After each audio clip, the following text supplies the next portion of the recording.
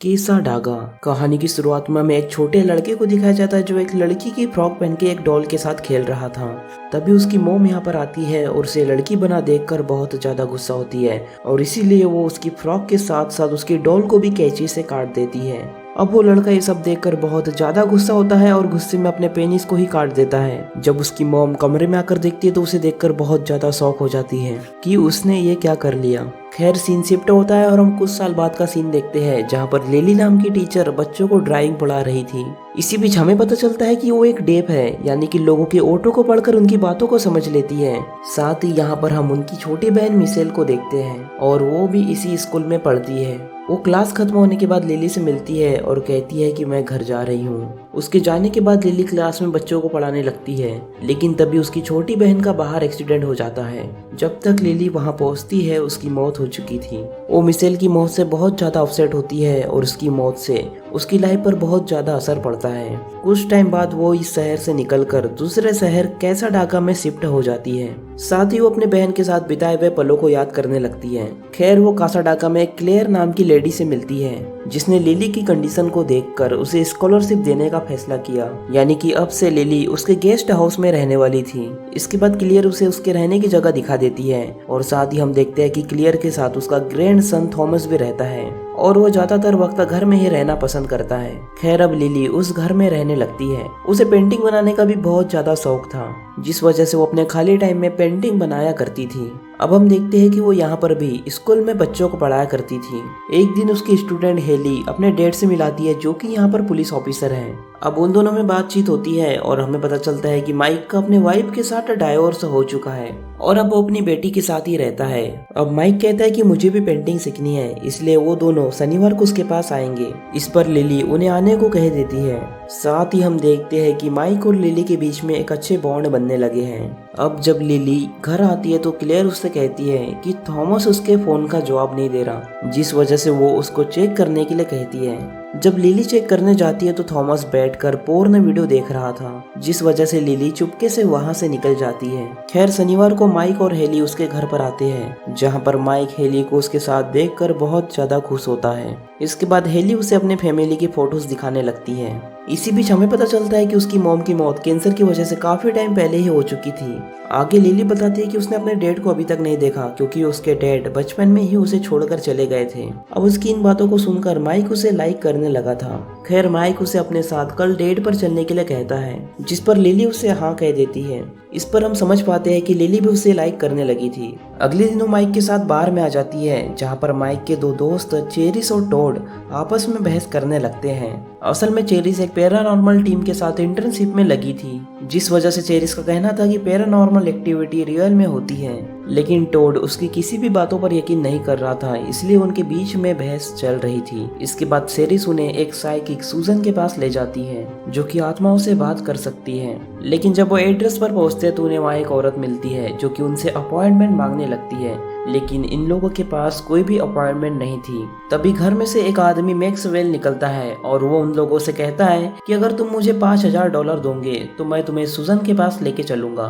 अब लिली उनसे कहती है कि वो $5000 देने के लिए तैयार है अगर उसकी बहन से बात हो सकती है तो। अब मैक्सवेल उन्हें सुजन के पास ले जाता है और सुजन उसके हाथ को एक डिवाइस के ऊपर रख कर उसकी बहन को अट्रैक्ट करने लगती है। अब देखते ही देखते लिली की आत्मा उस डिवाइस के जरिए मिशेल से बात करने लगी थी। अब हम देखते हैं कि भले ही लिली को सुनाई नहीं आता, लेकिन फिर भी वो उसकी बातों को समझ रही थी। तभी अचानक से एक और आत्मा लिली के कांटेक्ट में आ जाती है और लिली को हर्ट करने लगती है। सूजन उसकी आत्मा को यहाँ से जाने के लिए कहती है, लेकिन तभी सूजन और लिली यहाँ पर बेहोश हो जाते हैं। जब लिली को होश आता है तो माइक उसे घर पर चलने के लिए कहता है। तभी मैक्सवेल बताता है कि इस पर एक आत्मा ने अटैक किया है, इसलिए उन्हें सूजन से बात करनी होगी, लेकिन माइक उसकी नहीं सुनता और लिली को ले जाकर उसके घर पर ड्रॉप कर देता है। जब लिली सो रही होती है तो अचानक से उठ जाती है। उसे दिखता है कि घर में कुछ है। वो बाहर बालकनी में चेक करने के लिए आती है, तब उसे वहाँ पर एक लड़की की आत्मा दिखाई देती है, जिसे देखकर वो बुरी तरह से डर जाती है। इसके बाद जब वो लाइट ऑन करती है तो आत्मा यहाँ से गायब हो जाती है। अगले दिन हम एक पार्क का सीन देखते हैं, जहाँ पर एक लड़की मॉर्निंग वॉक कर रही थी। तभी एक चेयर पर बैठा हुआ आदमी उससे बात करने लगता है और मौका पाकर उसे बेहोश करके अपने साथ ले जाता है, यानी कि उसे किडनैप कर लेता है। इधर लिली क्लेयर से बात करती है कि क्या वो आत्माओं में यकीन करती है, जिस पर क्लियर उन्हें बताती है कि आत्माएं होती है, लेकिन उसने कभी भी उनसे कांटेक्ट नहीं किया। खैर इसके बाद लिली एक आर्ट फंक्शन में आकर एक नेक्ड लड़की की फोटो बनाने लगती है। कुछ देर बाद वो एक प्रोफेसर की क्लास लेने लगती है। तब वो नोटिस करती है कि उसकी बुक पर कुछ कीड़े चल रहे हैं और तभी वो अपना हाथ देखती है कि उसका हाथ सड़ने लगा है और उसे देखकर वो वहीं पर बेहोश हो जाती है। अब प्रोफेसर लिली की हेल्प के लिए माइक को यहाँ पर बुला लेते हैं। यहाँ आकर वो लिली से बात करता है और लिली बिल्कुल ठीक थी। वो उसे बताती है कि जब से वो सुजन के पास से आई है उसे घर में अजीब अजीब सी चीजें दिखाई दे रही है, जिसे सुनकर माइक को लगता है कि वो आत्माओं के बारे में कुछ ज्यादा ही सोच रही है, इसीलिए उसे ये सब दिखाई दे रहा है। जिससे माइक लिली से कहता है कि हम पार्क में घूमने के लिए जा सकते हैं, जिससे तुम्हारा माइंड फ्रेश हो जाएगा। अब माइक लिली और उसके साथ पम्पकिन आकर पार्क में एंजॉय करने लगते हैं। अब रात में माइक लिली के घर पर होता है और काफी देर तक वो बातें करते हैं और कुछ टाइम बाद इंटीमेट भी होने लगते हैं। इसी बीच हम देखते हैं कि वो आत्मा उन्हें देख रही है। दूसरी तरफ हम उसी आदमी को देखते हैं जिसने पार्क से एक लड़की को किडनैप कर लिया था। असल में वो साइको था, जिससे हम समझ पाते हैं कि मूवी की शुरुआत में हमने जिस लड़के को देखा था वो यही साइको है। उसने उस लड़की के हाथ पैर को काट कर अलग कर दिया था और बाद में एक टूल की मदद से उसे जोड़ने लगता है। इसके कुछ टाइम बाद उस लड़की को होश आने लगता है, जिसके बाद वो चिल्लाना शुरू कर देती है। इसके बाद वो उसके हाथ पैर को चेन से बांधकर उसे डोल की तरह घुमाने लगता है। अगली सुबह माइक लिली से कहता है कि मैं अपने काम से पुलिस स्टेशन जा रहा हूँ और माइक लिली को घर पर रेस्ट करने के लिए उसे छोड़ देता है। उसके जाने के बाद लिली अपने खाली टाइम में क्लेयर के घर की पेंटिंग बनाने लगती है, लेकिन थॉमस बार बार अपने कमरे का दरवाजा खोल रहा था, जिससे परेशान होकर वो दूसरी लोकेशन ढूंढने लगती है। वो लोकेशन को देखते हुए घर के पास वाले ग्रीन हाउस के पास आ जाती है, लेकिन वो ग्रीन हाउस बंद होता है। तभी उसे यहाँ पर एक क्रिश्चियन नाम का एक आदमी मिलता है जो उससे पूछने लगता है कि वो यहाँ पर क्या कर रही है, जिस पर वो उसे बताती है कि वो यहाँ पर स्कॉलरशिप पर रह रही है। इस पर वो आदमी उसे बताता है कि ये हाउस मैंने ही डिजाइन किया है और कुछ साल पहले एक लड़की भी यहाँ पर रहने आई थी, लेकिन वो अचानक से कहीं पर गायब हो गई। पुलिस की छानबीन में उन्हें थॉमस पर शक हुआ, लेकिन वो अभी तक कातिल का पता नहीं लगा पाए हैं। अब लिली रात में इंटरनेट से उस लड़की के बारे में जानकारी लेने लगती है। उसे पता लगता है कि उस लड़की का नाम जेनिफर था और साथ ही उसे ये भी पता लग जाता है कि जो लड़की की आत्मा उसे दिखाई देती है वो कोई और नहीं बल्कि जेनिफर है। अब लिली उस रिपोर्ट का एक प्रिंट निकाल लेती है और किचन में जाकर मिल्क पीने लगती है, जिसके बाद वो उस दूध को उगल देती है और देखती है कि उस मिल्क में काफी सारे कीड़े हैं। इसी बीच वहाँ पर जेनिफर की आत्मा आ जाती है और उसे कुछ विजन दिखाने लगती है, जिस कारण से लिली वहाँ पर बेहोश हो जाती है। और जब उसे होश आता है तो उसके पास माइक खड़ा था। वो लिली की बातों पर यकीन नहीं करता। वो बताता है कि मैंने दूध को चेक किया है, उसमें कोई भी कीड़े नहीं थे। लिली उसे सारी बातें बताने की कोशिश करती है, लेकिन माइक सुनने को ही तैयार नहीं था। उसे लग रहा था कि ये सब वो अपने सपने में देख रही है। इसके बाद लिली उसे जेनिफर के बारे में बताने लगती है कि वही उसके माइंड में है। तभी अचानक से लिली की तबीयत खराब हो जाती है और वो उल्टी करने लगती है। माइक देखता है कि उसकी उल्टी में सही में कीड़े हैं, जिससे उसे लिली की बातों पर यकीन होने लगा था। अब लिली जल्दी से अपना सामान पैक कर लेती है और दोनों इस घर को छोड़कर निकल जाते हैं। रास्ते में जेनिफर उन पर फिर से अटैक करती है और उन्हें इस शहर से बाहर नहीं जाने देती। माइक डिसाइड करता है कि उन्हें सुजन की हेल्प लेनी होगी। इसके बाद वो लिली को लेकर सुजन के घर पर आ जाता है। वह माइक की मैक्सवेल के साथ थोड़ी बहस हो जाती है, लेकिन सुजन कहती है कि वो हेल्प के लिए तैयार है। सुजन उन्हें बताती है कि उस आत्मा ने तुम पर इसलिए अटैक किया था क्योंकि वो लिली को इस शहर से बाहर नहीं जाने देना चाहती और जरूर वो आत्मा लिली को कुछ बताने की कोशिश कर रही है। लिली सुजन से कहती है कि वो उसकी आत्मा से बात करे कि आखिर वो क्या चाहती है, लेकिन सुजन उसे ऐसा करने से मना कर देती है क्योंकि इसमें काफी ज्यादा खतरा है। वो उसे बताती है कि जो तुम्हें विजन दिखाई देते हैं जरूर उसका कुछ न कुछ मतलब है, तुम्हें वो जानना होगा कि वो क्या चाहती है। इसके बाद हम देखते हैं कि वो माइक के फ्रेंड के घर पर रहने लगी है। अब वो उन विजन्स में पेंटिंग बनाने लगती है जो कि उसे दिखाई देते थे। साथ ही माइक भी उसकी इन सब में हेल्प कर रहा था और माइक अपने एक ऑफिसर से जेनिफर की फाइल भी मंगवा लेता है। अब एक दिन लिली चुपके से थॉमस के रूम में जाती है और उसके कंप्यूटर से कुछ डेटा कॉपी कर लेती है। इसी बीच यहाँ पर थॉमस आ जाता है, जिससे बचने के लिए वो टेबल के नीचे छुप जाती है।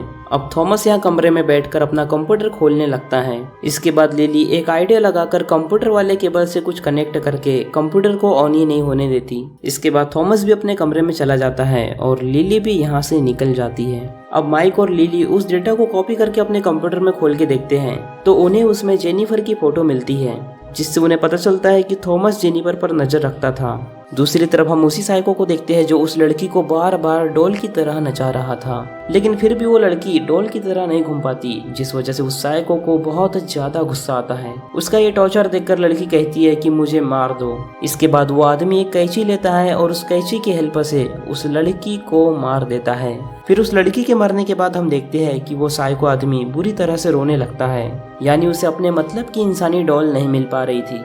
यहाँ माइक लिली को अपने घर ले आया था।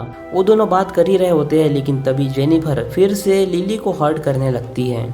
इसके बाद लिली खुद को एक कमरे में लॉक कर लेती है और जेनिफर को यहाँ से जाने के लिए कहती है। इसके बाद माइक किसी तरह कमरे के ताले को तोड़ देता है और लिली को संभालने लगता है। इसके बाद माइक लिली से मिलता है और उसे बताता है कि उसकी वाइफ ने उसके खिलाफ कोर्ट में केस कर दिया है, जिस वजह से उसे वकील ने कहा है कि उसे लिली से दूर रहना होगा, नहीं तो माइक की वाइफ हेली को अपने साथ में ले जाएंगी। लेकिन माइक अपनी बेटी को नहीं खोना चाहता था, इसलिए वो लिली से दूर चला जाता है।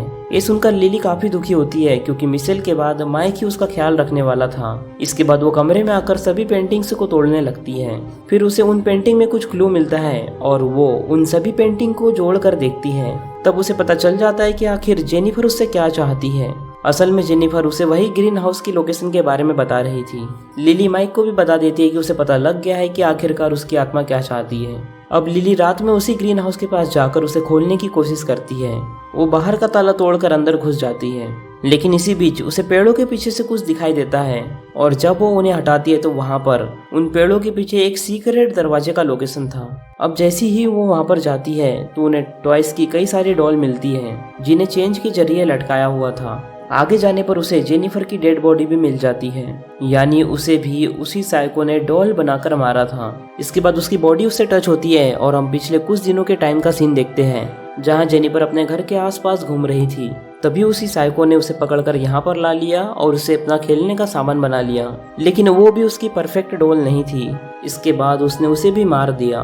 खैर अब लिली वहाँ से बाहर आ जाती है, लेकिन तभी उसे वहाँ पर थॉमस मिलता है। इसके बाद लिली कहती है कि मुझे सब पता चल गया है कि तुमने उस लड़की के साथ क्या किया था। आगे वो बताती है कि उसने पुलिस को भी कॉल कर दिया है। अब लिली जैसे ही यहाँ से भागने की कोशिश करती है, थॉमस उसे पकड़ लेता है। इसी बीच यहाँ पर एक ऑफिसर आ जाता है और उस पर गन पॉइंट करके उसे अपनी कस्टडी में ले लेता है।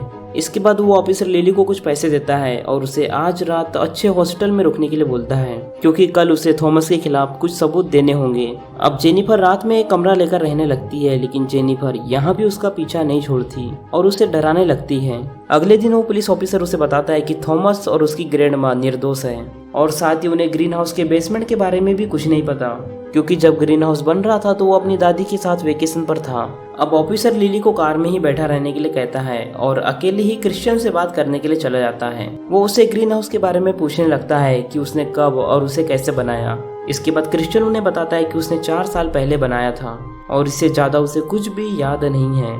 उस ऑफिसर को उसकी बात करने के ढंग को देखकर उस पर शक होने लगता है और साथ ही वो उस ट्रक पर वैसी ही वायर देख लेता है जैसे उसे बेसमेंट से वायर मिली थी। इसके बाद वो क्रिश्चियन से कहता है कि तुम्हें मेरे साथ पुलिस स्टेशन चलना होगा, लेकिन तभी एक रोड से उस ऑफिसर के सिर पर मारकर उसे बेहोश कर देता है और बाद में उसी की गन लेकर उसे शूट करके मार देता है। इधर कार में बैठी लिली उसके ट्रक का निशान देखकर उसे पहचान लेती है। फिर वो जल्दी से कार से निकलने की कोशिश करती है, लेकिन उसी वक्त उसे क्रिश्चियन देख लेता है। वो गन लाता है और कार की ऊपर वाली सीट में होल कर छेद कर देता है। इसके बाद वो बेहोश करने वाली दवा को उस होल के जरिए अंदर पहुंचा देता है, जिससे लिली यहीं पर बेहोश हो जाती है। जब उसे होश आता है तो वो अपने आप को किसी अनजान जगह पर पाती है, जहाँ पर क्रिश्चियन ने उसे डॉल के कपड़े पहनाए थे।